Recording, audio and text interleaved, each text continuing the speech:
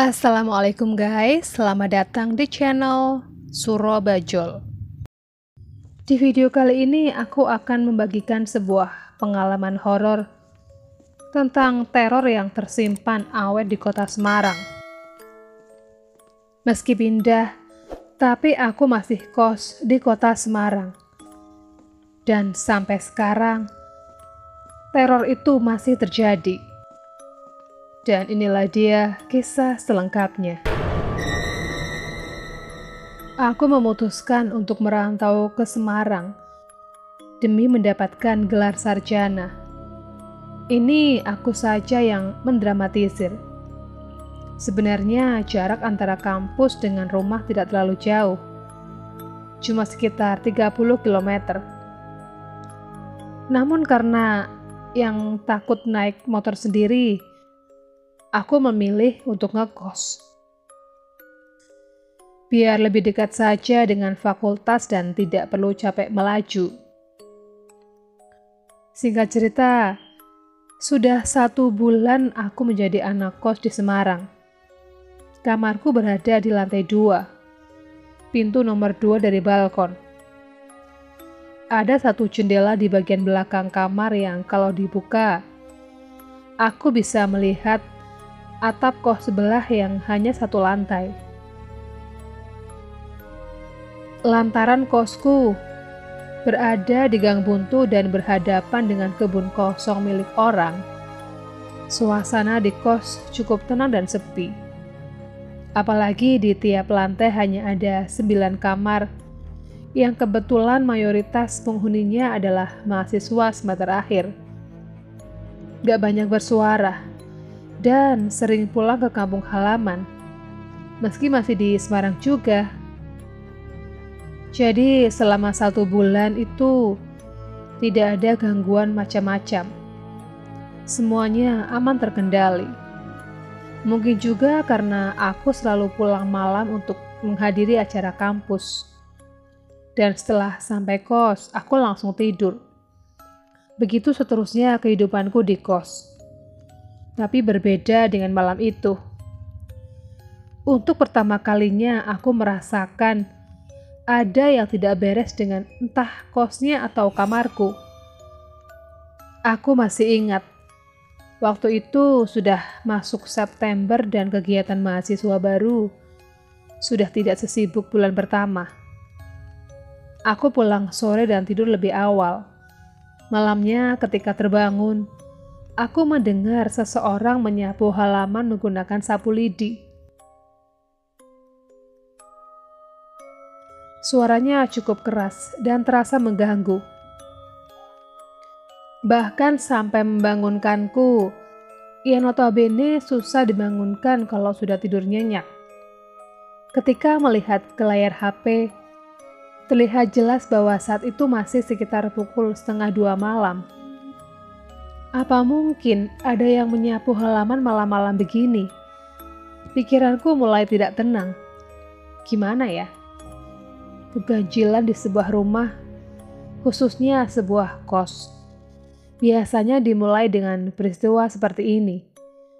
Apalagi penghuni kos di Semarang ini kebanyakan cuek saja. Jadi tidak ada tempat bagiku untuk bercerita. Selama beberapa saat, aku memasang telinga baik-baik. Suara sapuan lidi ke tanah itu terus berlanjut memecah keheningan malam. Aku tidak berani memastikan dan hanya bisa diam sampai tahu-tahu tertidur lagi. Suara adzan subuh membangunkanku.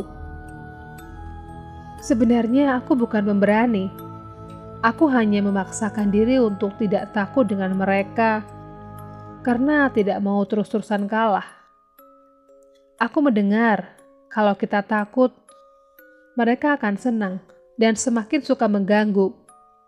Maka dari itu setelah jadi anak kos di Semarang, aku terus mendekatkan diri kepada Tuhan dan yakin bahwa mereka tidak akan mampu mengganggu saya. Itu yang aku pikirkan pada awalnya, dan ternyata aku salah. Kenyataannya semakin berusaha untuk tidak takut, mereka justru semakin gencar mengganggu. Pengalaman kedua terjadi antara bulan Oktober dan November.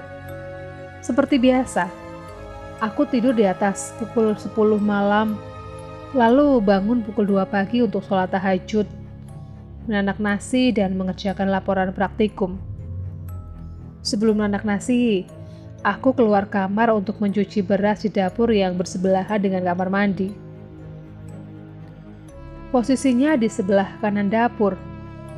Ada satu kamar dan di depan kamar mandi yang bersebelahan dengan dapur tadi juga ada satu kamar lagi. Sementara aku sudah lupa dengan keganjilan di bulan September. Di kosku sendiri memang jarang ada orang yang bangun dini hari.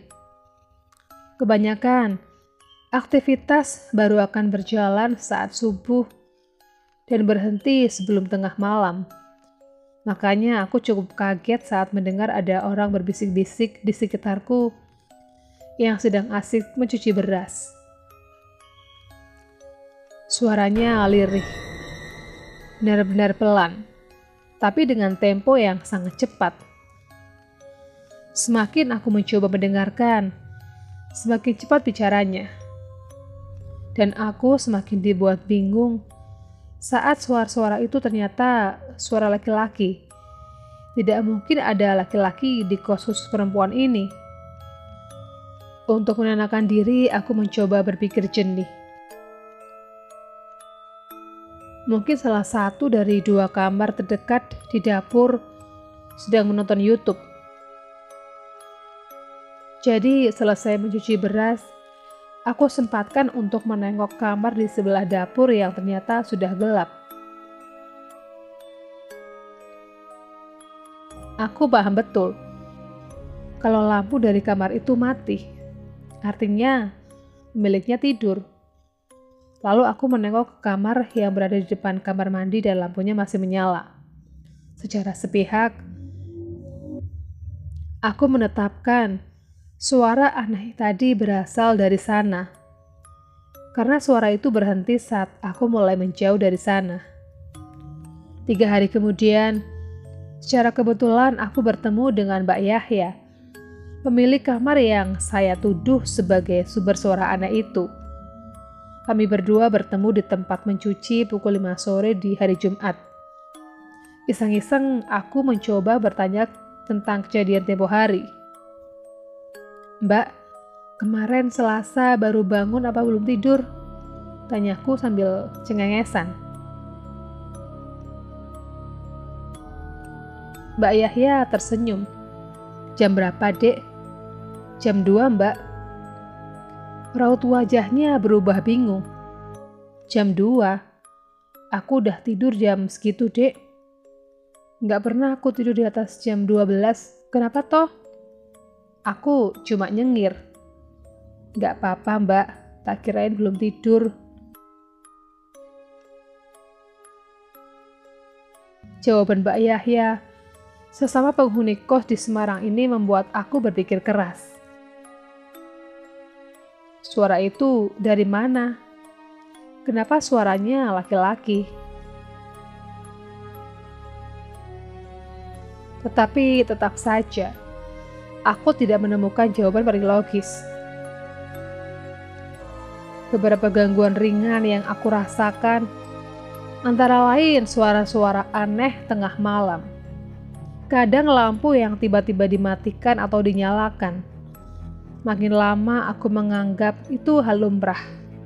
Pikirku, masing-masing dari kita punya kehidupan sendiri. Tapi tidak untuk pengalaman ketiga ini.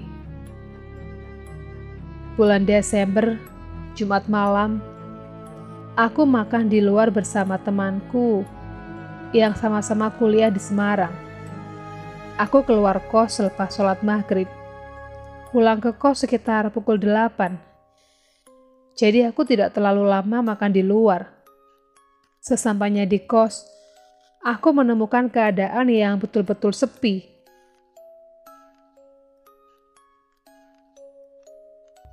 Tinggal aku di kos. karena besoknya liburan semester dan teman kos sudah mudik. Begitu masuk kamar, cuaca berubah. Saat itu memang sedang musim hujan. Beberapa kali petir mulai menyambar. Kilatan cahaya yang samar itu terlihat dari pintu balkon. Udara semakin dingin membuat suasana malam itu terasa seram. Sebelum sholat Isya, aku membereskan kamar terlebih dahulu. Aku pergi ke dapur untuk mencuci piring kotor lalu kembali ke kamar setelah selesai. Saat aku ingin kembali ke kamar, aku harus berjalan lurus menghadap ke pintu balkon yang terbuat dari kaca. Oleh karena itu, aku bisa melihat keadaan di luar. Meskipun pintu balkon tertutup dan meski lampu di balkon remang-remang. Membawa piring dan mangkok yang sudah bersih di tangan, aku berjalan sambil menatap kosong ke arah balkon. Dan dalam waktu sepersekian detik, aku langsung terdiam mematu dengan mata yang agak melotot. Karena baru saja aku melihat ada sesuatu yang berjalan di depan pintu balkon. Aku tidak tahu pasti apa itu, tapi yang jelas, seperti sesuatu berwarna putih melesat cepat. Aku menelan ludah, kembali mencoba berpikir jernih. Mungkin aku salah lihat dan aku tidak mau memikirkan kemungkinan terburuknya. Akhirnya aku masuk ke kamar.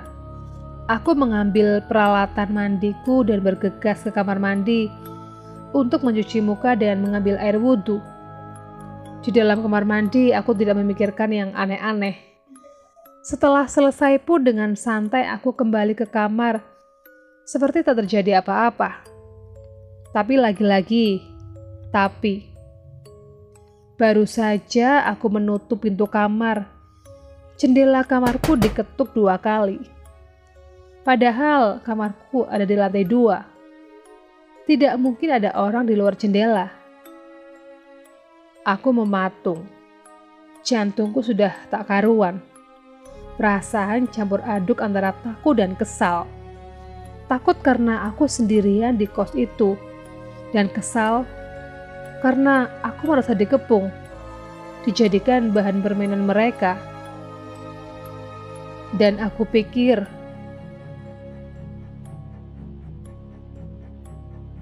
teror mereka hanya sampai di sana. Tapi pengalaman-pengalaman itu ternyata baru awal dari perkenalan kami saja. Awal tahun 2020, aku memutuskan tidak pulang ke rumah. Aku bertahan di Semarang, karena di rumah itu susah sinyal. Padahal semua kegiatan kampus terpaksa daring akibat pandemi. Beberapa kamar sudah kosong, sampai tersisa 3 orang termasuk aku. Tapi aku tidak ambil pusing. Aku masih bertahan karena ujian tengah semester lebih menakutkan daripada gangguan mereka. Waktu itu sebelum UTS, aku harus menyelesaikan semua laporan dan makalah dari dosen dengan sistem kebut. Alhasil, aku jadi begadang dan tidak pernah tidur di bawah pukul 2 pagi. Untungnya, aku ditemani lagu-lagu favorit dari Spotify. Kadang juga telepon dengan ibu atau teman-teman satu jurusan. Intinya, aku nyaman-nyaman saja bergadang, atau bahkan tidak tidur sama sekali. Sampai gangguan mereka muncul lebih ekstrim dari biasanya.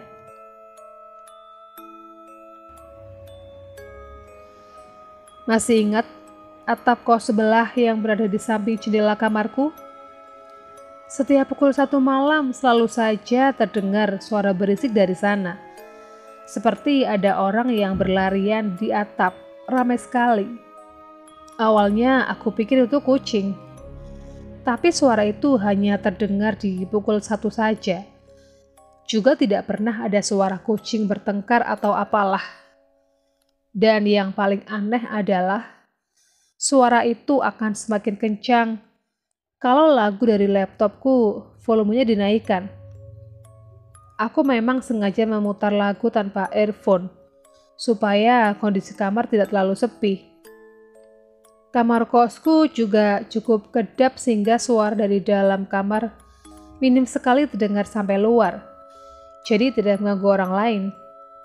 Suara berisik itu selalu muncul di waktu yang sama setiap harinya. Aku mulai tidak nyaman dan goyah. Akhirnya, saat suara itu terdengar lagi, aku memilih untuk tidur dengan perasaan takut. Keesokan harinya, aku selalu tidur di bawah pukul 12 malam. Di hari Senin, hari pertama ujian tengah semester. Ujian tepat diadakan pukul 7:30 dan harus selesai pukul 9:10. Aku sudah selesai 10 menit lebih awal karena kebelet ke kamar mandi. Awalnya aku ingin langsung lari saja. Tapi waktu aku keluar kamar, aku melihat di depan kamar sebelah dapur ada seseorang yang sedang berdiri. Diam, tak melakukan apapun. Lagi-lagi aku mencoba untuk berpikir positif. Apalagi hari masih pagi. Meskipun suasananya agak kelabu karena mendung dan hanya ada aku sendirian di kos itu, tetap saja hari masih terang. Dalam hatiku, aku bertanya-tanya, apakah itu Mbak si pemilik kamar? Tapi kenapa hanya diam saja? Perempuan itu berdiri dengan tubuh agak membungkuk, membelakangiku dan menunduk. Dia memakai pakaian hitam putih, sama seperti aku sewaktu menjadi mahasiswa baru atau pakaian senada yang dipakai saat ujian akhir.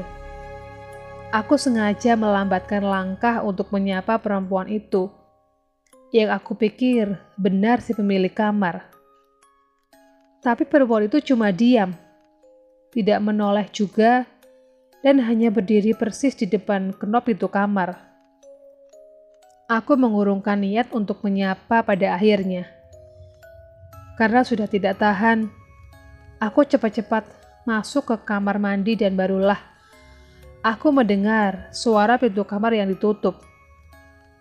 Selesai dari kamar mandi, perempuan tadi sudah tidak ada. Aku jadi lega. Ternyata itu benar si Mbak pemilik kamar. Mungkin tadi sedang bingung mencari kunci. Setelahnya, aku masuk ke kamar. Tapi kembali lagi ke kamar mandi, 5 atau 10 menit dari kejadian tadi. Dan betapa kagetnya aku ketika aku berpapasan dengan Mbak pemilik kamar yang baru saja pulang.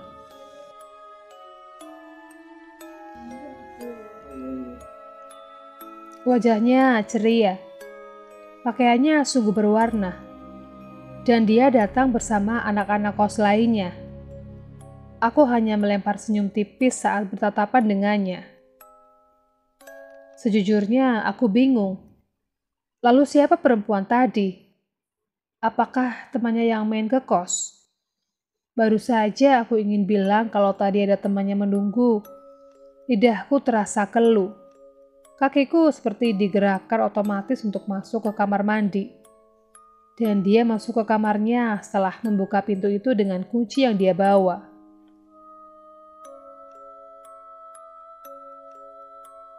Ujian masih belum selesai. Dan seingatku ini adalah gangguan frontal terakhir yang aku dapatkan. Setelah selesai belajar, aku langsung naik ke tempat tidur dan berusaha untuk memejamkan mata. Aku sudah berkomitmen untuk tidak lagi bangun lebih dari pukul 12. Jadi sebisa mungkin, aku memaksa mata ini untuk tertutup. Sayangnya sekeras apapun aku mencoba, aku tetap tidak bisa tidur. Sampai jam menunjuk pukul 11:30 malam. Saat itu aku benar-benar panik dan entah mengapa aku merasa sangat ketakutan. Mataku terbuka lebar dan menatap sekitar dengan was-was. Ketakutanku semakin menjadi ketika aku merasakan atmosfer di sekitar mulai berbeda. Aku tidak bisa menjelaskannya secara detail. Hanya saja, aku seperti ditatap oleh banyak pasang mata. Dan akhirnya, pertahananku luntur saat aku mendengar perempuan tertawa pelan, yang rasanya tepat di samping telingaku. Di hari terakhir ujian, aku putuskan untuk pulang. Naasnya, aku harus pulang sore hari karena ujian baru selesai siang harinya. Oke, tak masalah, kataku dalam hati. Toh, sore juga masih terang. Cuaca juga sepertinya cerah-cerah saja. Saat aku sedang beberes dan kebetulan pintu kamar sedang aku buka, seorang tetangga kamar menghampiriku.